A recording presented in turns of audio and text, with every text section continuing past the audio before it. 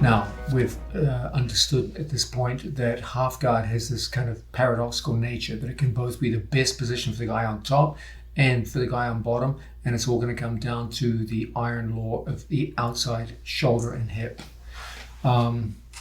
If we're going to make half guard work for us, we have to be able to hold ourselves, maneuver ourselves, such that we can almost always keep our outside shoulder and hip off the mat and work effectively from bottom position. Let's look at some common sense ways to do this now, starting with what is arguably the best method, knee shield methods. Anytime someone's in our half guard, one of the biggest dangers we face is that our opponent brings chest to chest contact and gets an underhook on that far side, because that enables them to put direct pressure on both my head and shoulder in such a way that they pin my outside shoulder to the mat. And as my outside shoulder goes to the mat, my hip tends to follow, and now you've just broken the fundamental rule of outside hip and shoulder. A knee shield is designed to stop that initial chest to chest contact. If my opponent comes barreling forward, I have a choice between a high knee shield and a low knee shield. Either one, when my opponent comes forward, will prevent direct chest to chest contact. As a result, when my opponent tries to pressure my shoulder to the mat, it becomes almost impossible. They could walk their body in this direction. That will start to bring my hip to the mat. So that is a potential danger. Okay, so it's important we have some kind of close connection here with that knee shield, and we keep our body pushed out looking in this direction. Because if my opponent walks his body so that my knees start to face the ceiling, even though he never had direct chest to chest contact, he can walk my hip to the mat. So there has to be a state of tension in our legs here. So when he goes to walk in that direction, I should be able to hold my body here. I shouldn't be so relaxed that any walking on his part just tilts me over onto my outside hip and shoulder. Okay, so I don't want to be freaking out here or overly tense, but I can't be overly soft and pliant either. There should be a mild tension in my body, which keeps me facing this direction, prevents my outside shoulder and outside hip from going down. Okay, now we just said there's two fundamental choices here between a knee shield low at the hip, that's one good method, or a knee shield high inside the shoulder. Both are extremely good. If we just turn around, you'll see there's another fundamental distinction here. There is not only a high and low knee shield, there is an open and closed knee shield. When we work from a low knee shield position, it can be closed, like so. And this can be a wise thing whenever you have someone who's very strong at leg lock attacks. Because if I open in this position, they can start sitting back quickly into leg locks, okay? So sometimes it can be wise to keep our feet locked in this position. If my opponent is coming forward, then we choose high knee shields. Here, there's much less need for me to have my feet locked. Because my opponent is pressuring forward into me, there's much less danger of them suddenly falling back into a leg lock attack. So typically we either have open and high or closed and low. This is the standard method of operating. Closed and low or open and high. They're both excellent methods. They both do more or less the same thing, which is to prevent chest-to-chest contact. Let's make sure if we use a high knee shield, we don't let the knee drift across in front of our opponent's body, then our knee can be pressured down and caught underneath them. So the location is right there inside the shoulder, inside the bicep, etc. When he goes to move around, it's a difficult thing. It forms an effective shield. Here, down by the hip, also an excellent method, like so. Again, he tries to pressure forward, and it's a difficult thing for him to do so. Now, what do these knee shields do? You've seen that they prevent an opponent coming forward and get chest-to-chest contact. That's a good thing defensively, but how does that lead into our offense? In the case of the high knee shield, what we're looking to do under these circumstances is create a space into which my body can follow the shield. So when we're here in front of our training partner, whether we grip at the wrist, whether we grip at the bicep, ultimately what we're looking to do is to take our opponent's body up and create a space for our hand to pommel underneath their arm, and then take advantage of the exposed waist. Okay, so it's a great way for us to get into a tight waist underhook situation. When he tries to get his underhook on me, can't do it, shut out. But I, at any given time, can create an opening to bring my ear to their chest and get around my training partner's waist. The same is true when we work down low. He drives forward. It's an easy thing for us to put our hand through and work underneath. If he tries to pommel inside, we just re-pommel. You'll always win the pommel position because you control the space. If I didn't have my knee there, I couldn't win the pommel situation now. But when my knee is in place, he tries to pommel inside, I can let him go. Means nothing, because he can never close that space that allows me to get my hand in.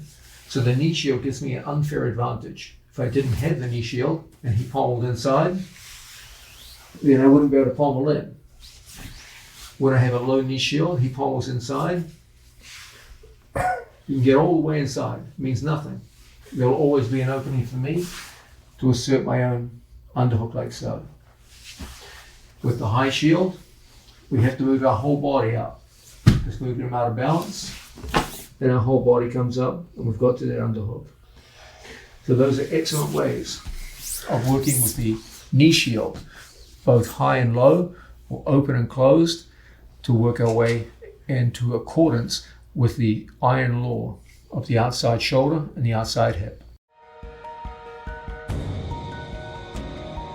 Let's go on to this idea of how we're going to always get the iron law of outside hip and shoulder working in our favor. We just looked at the idea of knee shields, and that's certainly one of the most reliable ways that we can initiate contact with an opponent out of half guard and get things going in our favor, on the path to heaven, as it were. Now, an obvious question for you guys to be asking is, well, what if I never had that knee shield in place and the guy did pin my outside shoulder to the mat and things aren't looking good? How do I recover from this? Well, let's understand right from the start that half guard is a battle with two fronts. There is an upper body battle and there is a lower body battle. As a general rule, whenever you lose one, you want to try to win the other. So if I've lost the upper body battle for the shoulder and my shoulder has been pinned to the mat, it's up to me to win the lower body battle so I can ultimately recover the upper body. As they say in life, as one door closes, another opens, so too with half guard. As the upper body battle is lost, you've got to go downstairs and start winning the lower body battle. So let's have a look at this. From a situation where my opponent has begun to pin me down, and because he's chest to chest, there's very little chance of me successfully pommeling my hand in now. So he's pinned my outside shoulder to the mat. Under these circumstances, I want to engage in an elbow skate where I take this right knee of mine and put it right there in the pocket of his hip. This is going to be the method by which I can get some kind of distance control back. Right now, I have no capacity to control distance. As a result, my opponent's achieved chest-to-chest contact and pinned my shoulder to the mat. This stands in contrast to a situation where I have a knee shield, where now I do control distance. He tries to come forward, my knee prevents it, whether it be high or low. And because I control distance, I could control the battle for the pommel. But when my shoulder is down and he's covered distance, so now I can't create distance anymore, now I've got to do something different. Here, I'm going to place my hand right in my training partner's hip pocket, just like so. My second hand, thumb post on the opposite hip, and from this position, I just turn and point my knee at the mat. In this case, it's my right knee. Once my right knee turns at the mat, I bring my knee inside his, and I place my knee into the pocket of his hip. Now, I have the ability to control distance again. As he tries to put pressure forward on me, I just use my right knee in the hip to just push and create space.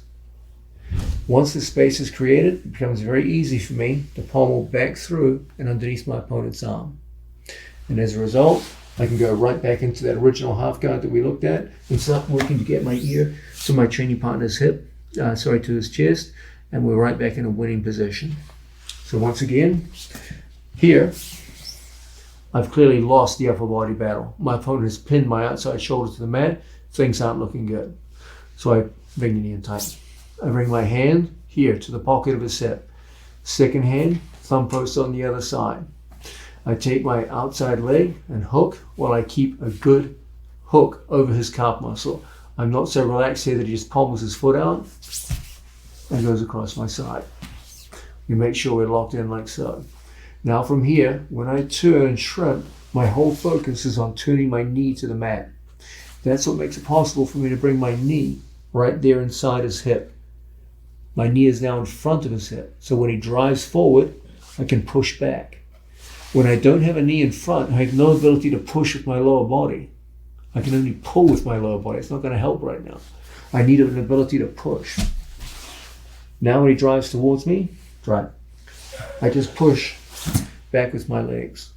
And as a result, it's very easy for me to go through and take that underhook. I couldn't have done that before. There's sufficient space now that I can get the underhook.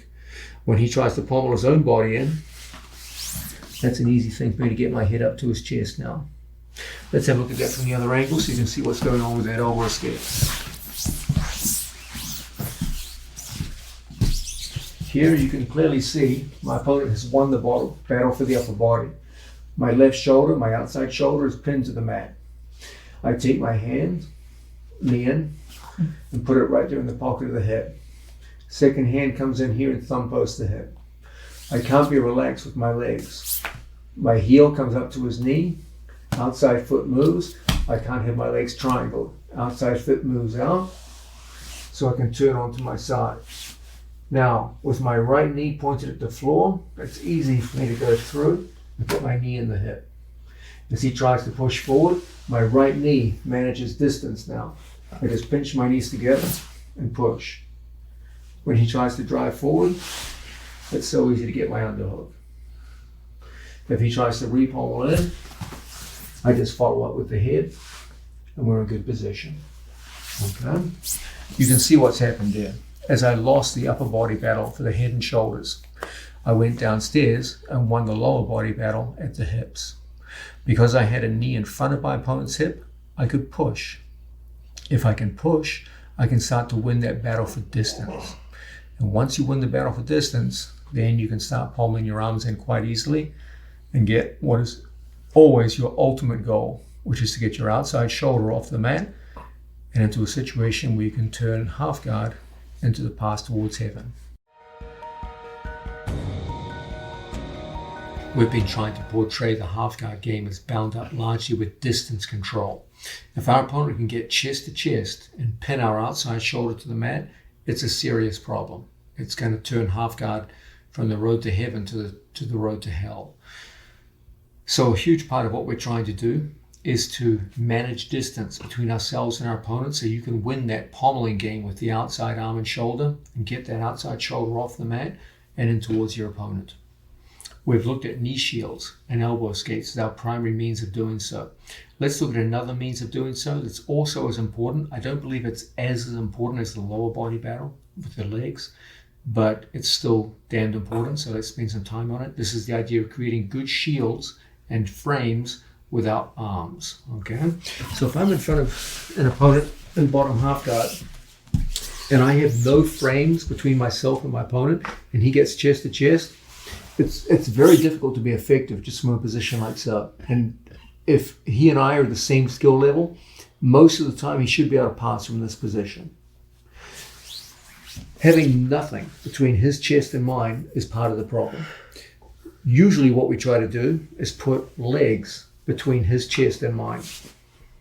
Okay? And if we can do that, that's good. If we fail, then again, it's up to us to put legs between me and my opponent. And it's only the use of the legs which create space to get into that underhook. Okay? But another method which helps a lot in competition is the idea of frames. I can't just have my frames naively placed where my opponent can easily shock them off and then from here get right to pinning my outside shoulder. As a general rule, in half guard bottom, we want the frames to go across the center line. This is not always true. There are some frames that don't go across. But as a general rule, most of the time what we're looking to do is put a cross frame on our opponent that with one hand controls both shoulders and the head with one arm. The second hand is designed to deny my opponent's ability to control my head. If he gets a hold of my head, that's a serious problem. Okay, if he gets an underhook and the head, it's only a matter of time till he pins my head and shoulders and you're in serious problems now. Okay, so I will never let my opponent get to a strong cross face. I won't even let him get a hold of the head with a collar tie. Even that's bad. Okay, so always what we're looking to do is to prevent getting chest to chest. That's done by the top arm, like so. He comes forward, and I put my elbow on this shoulder and my hand on this shoulder. Don't just have the hand on the shoulder and stiff arm him. Okay, if he goes underneath my thumb, like so, and then drives forward, I've lost it. So I have an elbow, come forward, elbow on this shoulder, hand on this shoulder. Okay, so both shoulders are controlled and the head is controlled here. He drives forward and the onus is on me to bring my elbow over my head. The further my elbow from my head, he drives straight down, he can crush the frame. As he drives in, I want my elbow taking him over. That's where he wants to, that's where I want him to be. Okay?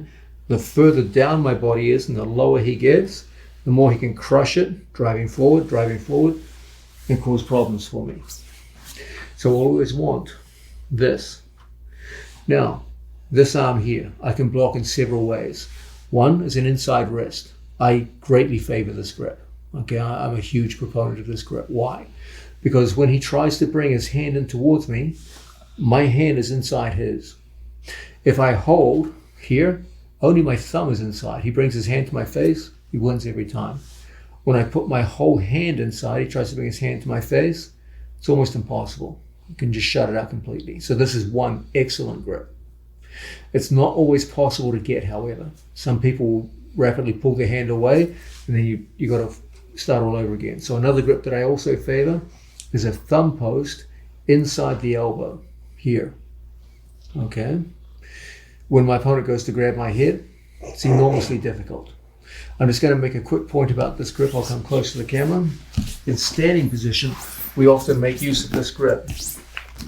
If I have, say for example, an underhook in here, and I have an inside grip like so, my opponent can pommel his hand through and take that grip on my bicep. Okay, so if I grab the bicep with inside control, he can come through and take it away from me. Again, like so. Okay, if he has inside control on me, I'm at liberty just to pommel and take inside control on him. So even though he has inside control at the bicep, it's easy for me to go through. In addition, he has inside control. I can hold at the elbow and bring his hand on by. I can pop his thumb strong. I can just pop his thumb straight on by and control his arm. Okay, so when someone controls my bicep, it's not that big of a deal. I can either pommel inside and now control his bicep, or I control his elbow and slip the thumb. Now, contrast that with me thumb posting the actual elbow joint. I'm not controlling the bicep, I'm thumb posting the elbow joint. When he goes to pommel his hand inside, he can never get to my bicep. When he tries to grab my elbow and take my arm by, he can't do it. If I'm here, he takes my elbow, goes right through. Even if I have the thumb inside, he goes through and pulls, he takes it off. Okay? He goes, hold with the bicep. It's easy for me to go inside him. It's easy for me to pop the elbow by. But when I go here and he tries to do the same, it's impossible. I can completely control my opponent at the arm. I can use this grip to pin his hand into his hip. He tries to take the arm out. The only direction he can move is backwards. Okay, so it's an enormously useful grip. One more time, close to the camera. If someone holds me at the bicep, it's easy just to pommel back inside. It's easy to pop the arm by. But when I control them here, thumb posting at the elbow, when they try to grab my elbow, I'll never get to it. When they try to pommel inside, I'll never get inside. You use exactly the same grip in half guard bottom. When we're working from here, I have my first frame in place. I'll either go here, my favorite, or here. When he goes to grab, he goes to pommel in, Impossible. The more he goes to fight the pommel in, and now he goes pommel out, he'll give me what I really wanted, the wrist. These are the two places I can shut him out, here and here. Even if my opponent got a full underhook and locked in, got to control my head with the crossface, go to pommel. Oh.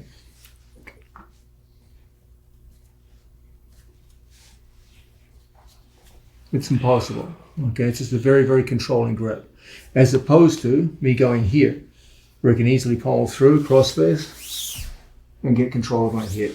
So when you want to shut down this arm, here and here are your two best bets.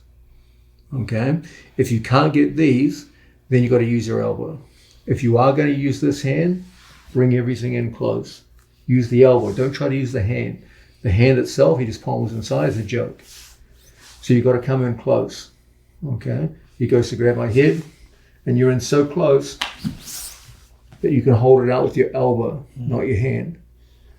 Okay, so if you are going to use bicep control, it's the elbow that does the protecting, not the hand. Your hand won't save you here.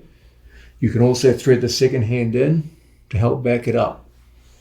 Okay, and once you get to these kinds of situations, you can go in and control your opponent where it really counts. Okay, here, here, and here.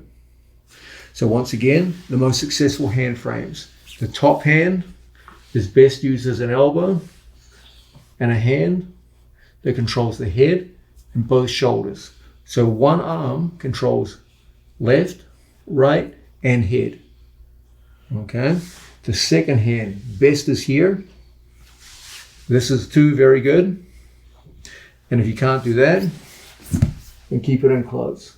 And focus not only on the frames, but on bringing him up and forward. The more he drives forward into me, the more I can hold him off.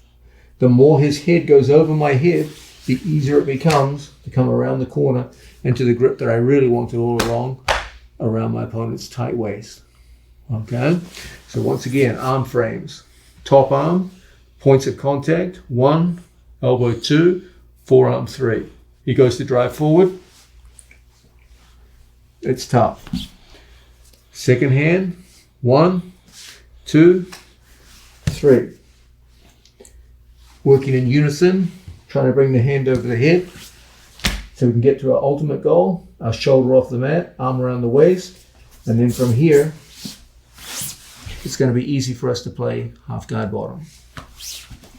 Once you understand the interplay between your knee shield, your elbow escape, and your arm frames, it's going to be very, very difficult for your opponent to pin your outside shoulder to the mat. And as you know by now, if you can keep that outside shoulder off the mat, along with the outside hip, you're on the path to heaven. One of the chief advantages of working out of half guard is that it offers many very strong forms of kazushi. You guys know that ultimately I believe that guard position is built around the idea of kazushi, or off-balancing an opponent. And that this has to be the foundation of everything you do from bottom position. Your opponent on top has the advantage of gravity working in his favor. And most people only see gravity working in one direction, downwards. They think the top person uses their weight and pressure through gravity to restrict the movements of an opponent. But understand that it's a two-way street. Just as your opponent can use his mass from top position, you can use kazushi from bottom position and get their body weight working against them. If you can take their center of gravity outside their base of support, they're going to have to base out and recover balance. And during that time, it may not be long, but it doesn't have to be long. For that short period of time, there's going to be vulnerability. And it's from there that you can start launching your attacks. Half guard presents arguably the single best bottom position for off-balancing people. Why? Because you're so close to their center of gravity. There's so many ways to disrupt an opponent's balance because you're deep underneath their hips, as opposed to most open guards where it's quite a difficult thing to off-balance them because their center of gravity is a long way away from yours. So let's start to have a look at what we're looking for when we go to off-balance people. There are two infallible signs that you have been successful with your kazushi. from bottom half guard. This is when your opponent's hand touches the mat or when their hip goes down to the floor. If you can do either of those two things, put a hand to the mat or bump their hip to the floor, that means that's concrete evidence that you have taken them out of balance. Always understand that when someone is on top of you in half guard, if their hands are free to move and they can lock around your head and arm, it's going to cause you a lot of problems. But if their hands are basing out on the floor, that means their hands aren't on you. And as a result, you can move underneath them and get to those favorite grips that you looked for, the tight waist grip, for example, the single leg grip that we'll be looking on later on in this video, and you can get on the attack. So everything for you is your ability to get their hands and hips to the floor. If you can do those things, it's going to be very easy for you to get your dominant grips and go directly into your attacks.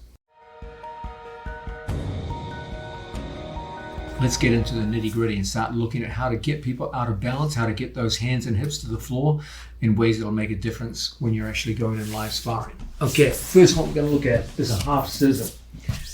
This is not the most spectacular move to look at, but it's very important for many of the leg locks we'll be looking at later. Okay, someone's in my half guard. The first form of Kazushi we're going to look at is a half scissor.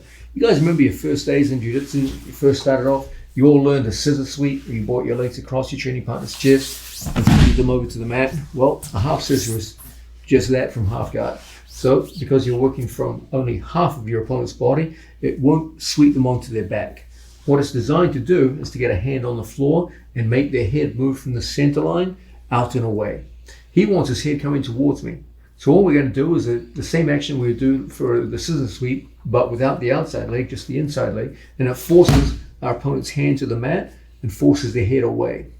And as a result, that opens up an ability to get to my opponent's legs, and we'll soon see to spin into various forms of leg lock. So this one's super simple, but very important for the leg lock action that we'll be looking at later on in this video. So once again, we have an opponent in front of us. As we base out on our man, we bring the high knee shield up. I bring my leg across the lat muscle. Right now, I couldn't really go for the leg locks because my opponent's head is in the way. I would like to take him out of balance. We know what that means. We're going to get a hand to the floor, and I want his head to move. So I hit the same action as the scissor sweep that moves his head and his hand to the mat. If his hand's on the mat, it's not on you. And it means I'm going to have a clear run to get through to my opponent's leg. If I didn't do that, he could block the inside of my wrist, and I can't get to my leg locks. Okay, so our whole thing is to get him out of balance. The head is moved, the hand's on the floor, so now I've got the free action I need to go into the various attacks that we favor. So that's very, very simple, but very important for many of our leg lock entries that we'll be looking at soon. A simple half scissor is our first method of Kazushi. The next form of Kazushi that we're going to look at is also very important for some of our major leg lock attacks out of half guard. This is where we work from a half butterfly guard and we bump our opponent's hip down to the floor.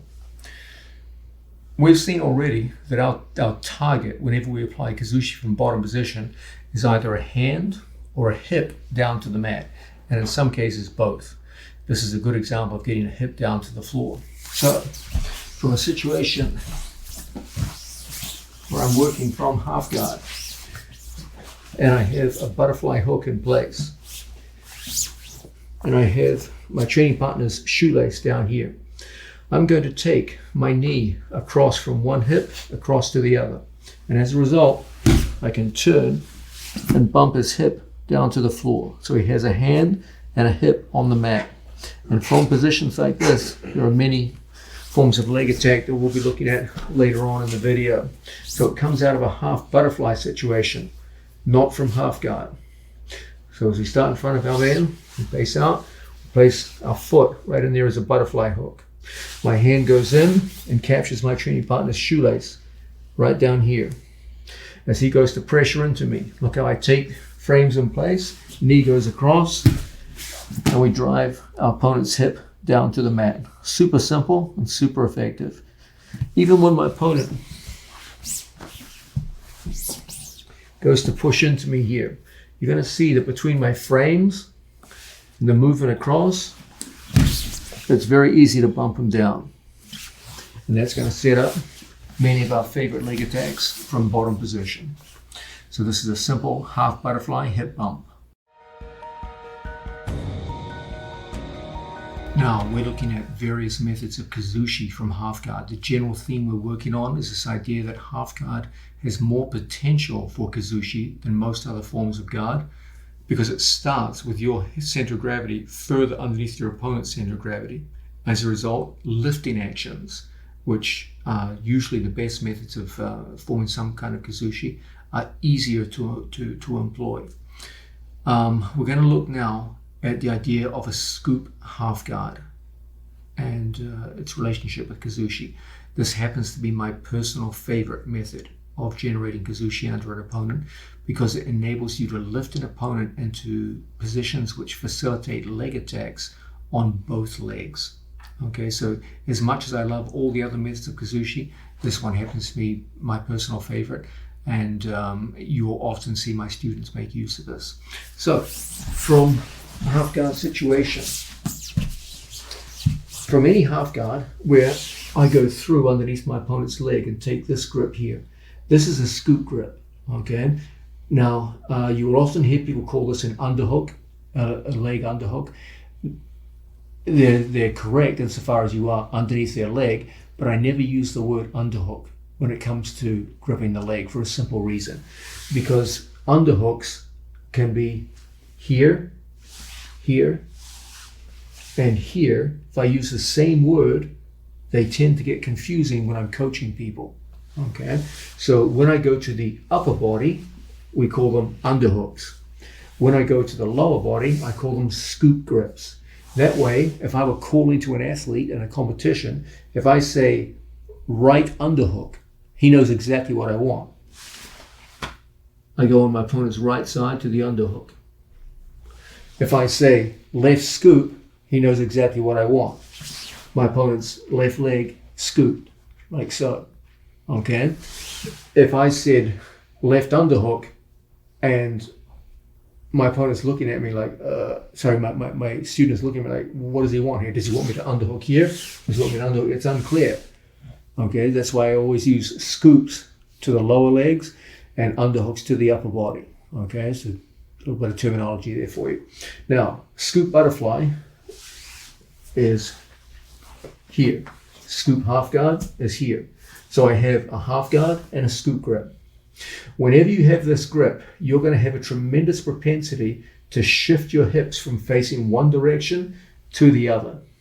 You can do it with hands locked. You can do it with hands open. They're both very good. Okay? What's required is that I plant a foot and I shift so that my hips are currently facing to the north. They will end up facing to the south. What this does, it puts my opponent into a kind of a quasi 4-point position with his knees split. And I dominate the space between his knees because I have a leg behind and a scoop grip behind.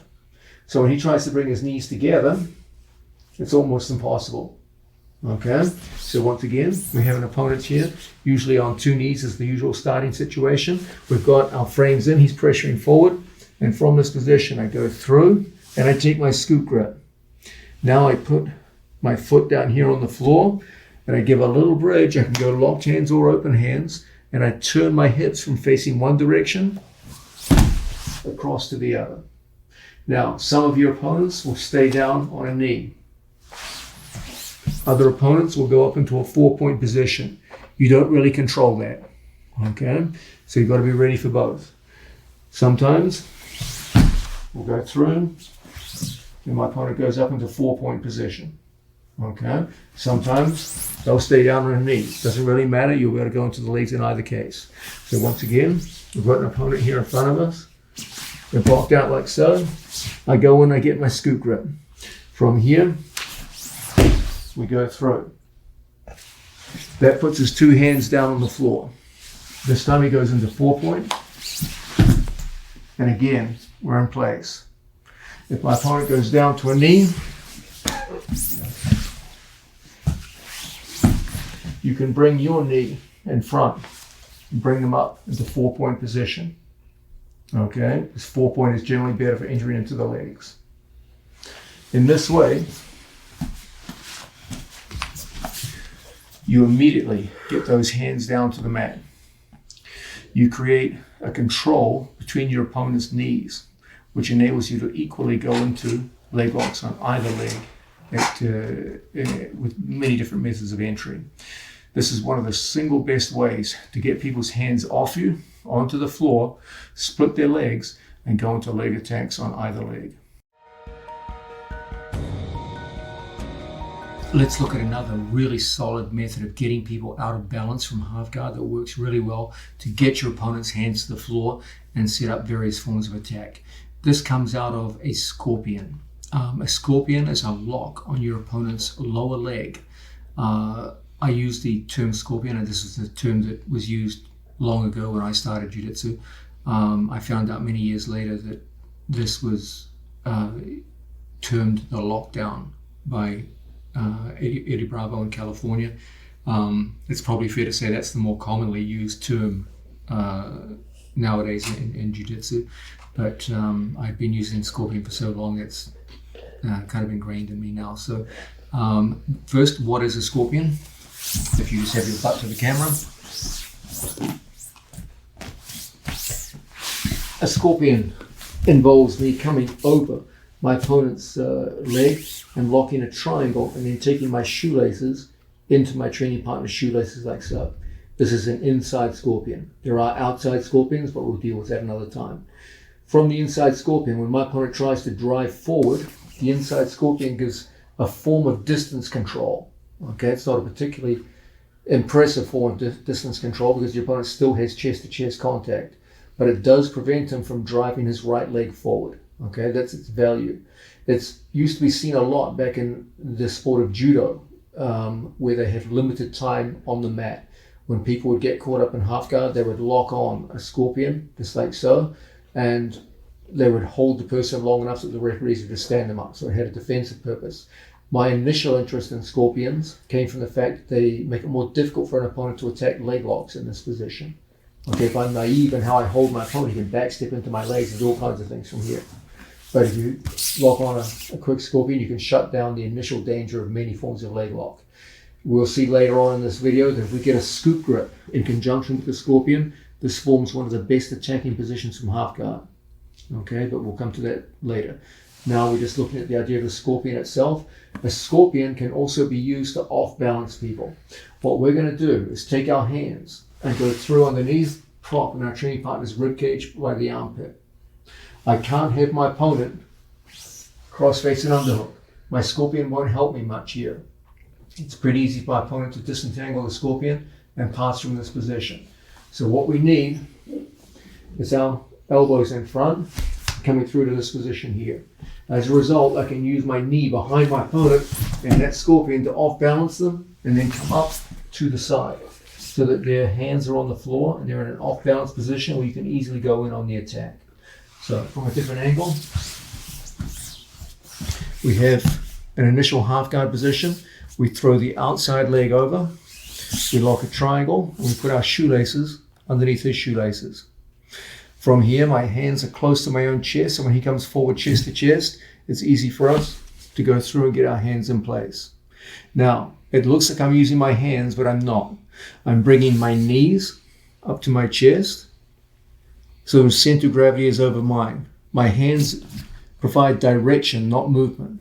Then the scorpion bumps him forward, and then the hands push him over to the side so that we end up around the waist. He's out of balance with his hands on the floor. By the time he recovers and gets his whizzer in place, you're in a strong attacking position. So once again, a scorpion elevator from a kind of unpromising looking half guard situation. I take my outside foot and go over. I lock a form of triangle and then capture the shoelaces. I bring my hands through and I use that scorpion to bump them forward, hands on the mat, and then come up to the side into good attacking position. So that's a scorpion elevator, a very useful way of getting people out of balance and directly into attacks that we'll be looking at later on in this video. Now we're going through the most important variations of Kazushi. these will become extremely important once we start getting into actual attacks that we employ from half guard position. But you have to know how to get your opponent's hands and or hips down to the mat so that you can actually enter into the attacks that will become the focus of this video. Let's have it now at a look at one of the most practical ways of doing it. Very useful, especially when you've got opponents who are dangerous at leg locks. So we have an opponent in our half guard. And from here, if I keep my leg on the outside, there's always a danger that Nick Ortiz will step and slide across and go into his own leg locks. So a tactic we will often employ from here is to place a half butterfly hook in, which makes it creates situations where you go for leg locks on him, but it's very difficult for him to go to leg locks on you. As he comes forward and starts playing in this position, what we'll often make use of is the use of our, in this case it's my right knee, the inside knee, bringing him a little bit forward like so. Now from here we're going to put our foot down on the floor, and we're going to use our left leg to off balance our opponent out in this direction and force his hands down to the floor. This creates many situations for us to pass our foot through and go into all kinds of leg attacks from this position. So once again, from a situation where our opponent is on top and we have half butterfly guard, even if my opponent had upper body dominance, that won't be able to stop us from off balancing out to the side, placing our foot on the floor, and then using our butterfly hook to off balance him out to the side and get his hands down to the mat. And as a result, we're in the perfect position to go into various forms of leg lock attack. Key elements.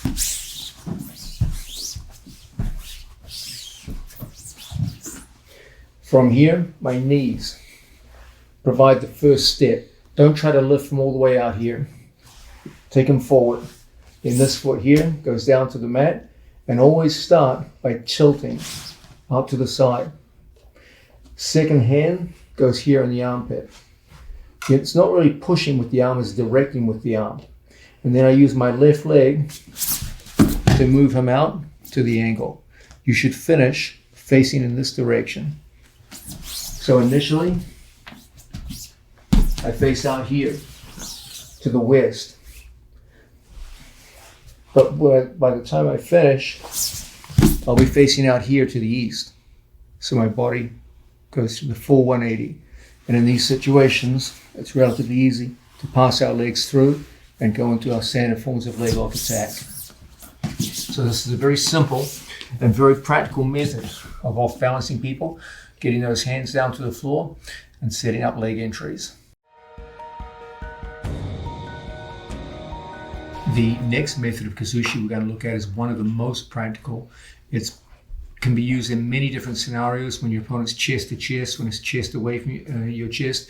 It can be used as an actual sweep. We'll be looking at that later on in the video. But initially, we often use this as a form of off balance or Kazushi. This is a method which is a big part of my training programs. It's a very effective method, getting people out of balance and setting up some kind of initial advantage, forcing their hands to the floor, and making all the subsequent attacks that we look at much easier. Let's have a look at it now.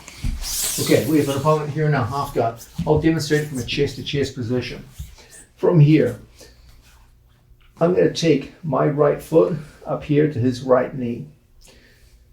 I'm going to take my second foot and just go foot over foot. I don't cross my ankles, I just go foot over foot. What this enables me to do is to take my two knees and pinch them around his hip. You will notice that this is at its most effective when my opponent's knee is on the mat. If his knee is off the mat, then we're going to have to first begin by bringing it down. The way we do that is just by taking our foot up to his knee and just forcing it down towards the mat. Now I go foot over foot and pinch my two knees. This puts my right knee as a lever inside his hip. Now I take my ass just an inch off the floor and I just point my knees out in this direction to off balance him. Now, your opponents aren't going to want to be off balance, okay? If they just stay still and we perform this move, you'll come up on top of them. No one's going to accept that. So typically what we find is when we go to apply knee levers, they will either put their hand out on the floor. That's one common response. That'll enable us to get into our favorite grips. Or if they can't get their arm out, they will use their leg to base out. So again, I go over the knee, reinforce it with the second foot, and I force him into an off balance. Okay? So once again, we're here in front of our opponent. I notice that his knee is on the floor. I take my foot and I go up to his knee. Don't go ankle to ankle, go ankle to knee. Foot to foot, not crossed ankles, just foot to foot. Pinch, elbows down, knees point, ass comes off the floor, and point your knees across, forcing him into a defensive back step to retain his balance. When he tries to come back, you'll be in situations where you can easily go into attacks. So once again, we start off, I go up foot to ankle, foot to knee, foot to foot, pinch together, and then I just push my knees to the floor and force him to base out, either with his foot or with his hand. So this is a very good way to get people moving, out of balance, and forcing themselves to base out on the floor with foot or hand, creating many attacking opportunities. You will often see my students taking advantage of this method. Now let's go further into our Kazushi generators. This is one of the most well-known in the entire sport of Jiu-Jitsu. You will often see good athletes take advantage of this. This is where we get underneath an opponent's arm, we get to our opponent's far hip, a so-called tight waist grip. In the sport of wrestling, they call this a seatbelt grip, but seatbelt in Jiu-Jitsu means something completely different, so we can't really use that name. So I often refer to it as a tight waist. From that tight waist, we tilt our opponent backwards, and as a result, force hands to the floor, get all kinds of defensive reactions in ways that will set up all kinds of great moves that we'll be looking at later on in this video. So we have an opponent in our half guard, and we have managed to get underneath our training partner's arm. We can employ a tight waist grip.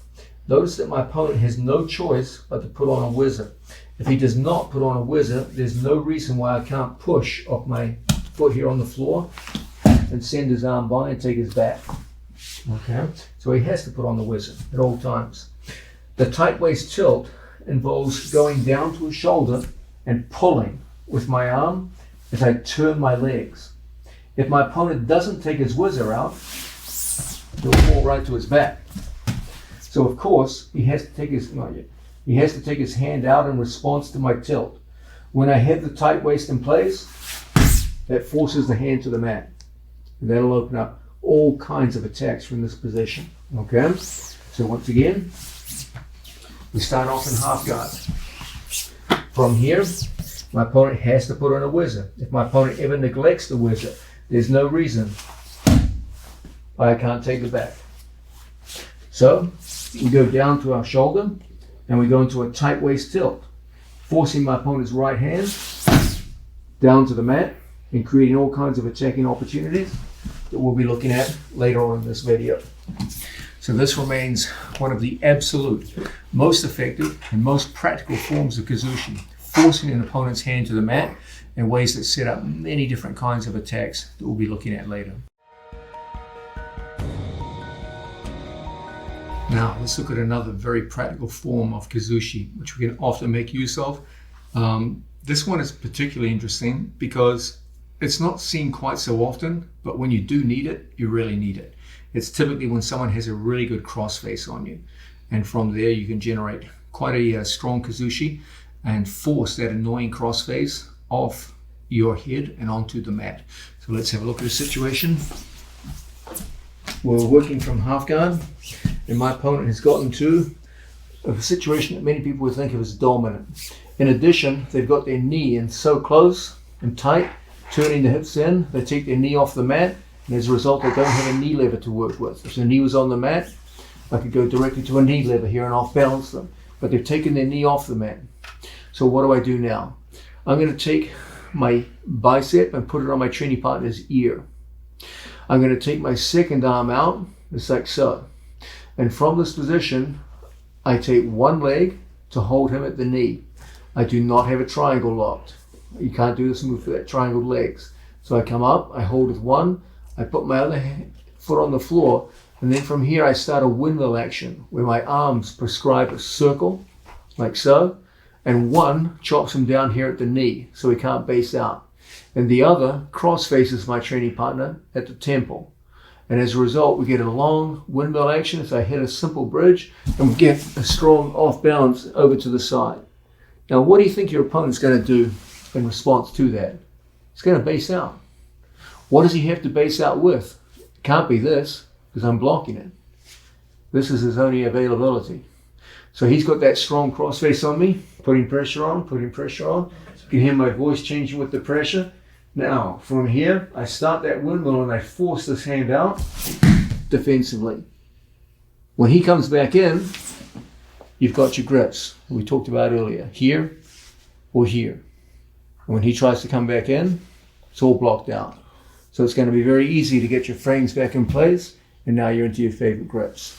So once again, he's got what most people would describe as a dominant situation. He's got crossface, his knees turned in, there's no elbow escape, and his knees off the floor, so there's no ability on my part to hit a knee lever. So from here, I bring my foot up to his knee. I can't stay here forever, but I come up off the floor, bridging, cross-facing, windmilling, forcing the hand down. He comes back in, right into our grips. And then from here, we're in a good position to go back on the attack. He forced his hand to the mat, the great symptom of Kazushi, a successful Kazushi, and got out of a bad situation. So here I am, I'm in a little bit of trouble. Now, I come up, and now everything's looking a lot better as we come back in, okay?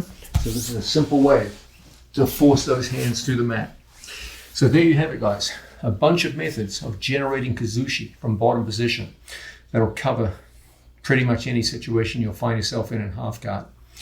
Have confidence that when you work from bottom half guard, it's generally easier for you to create Kazushi than it is from any other guard position. It's one of the chief virtues of half guard position. It's one of the reasons why I want you to get so good at it. Understand that you'll know exactly when you have achieved Kazushi. When you see hands or hips going to the floor, usually it's the hands, but occasionally it's the hips. If you can do that, you know the man's out of balance, and then off those defensive reactions, when he's trying to regain his balance, that's when you're going to be going into all the attacks that we look at in this video. Get good at Kazushi first, okay? Understand your frames, your grips, understand the general principle that we can't have our outside shoulder pinned to the mat or the outside hip. It's always a battle to get our outside shoulder up off the floor, go into our opponent, generate Kazushi out of strong grips and frames, and then all of the attacks that we look at later in this video will be so much easier.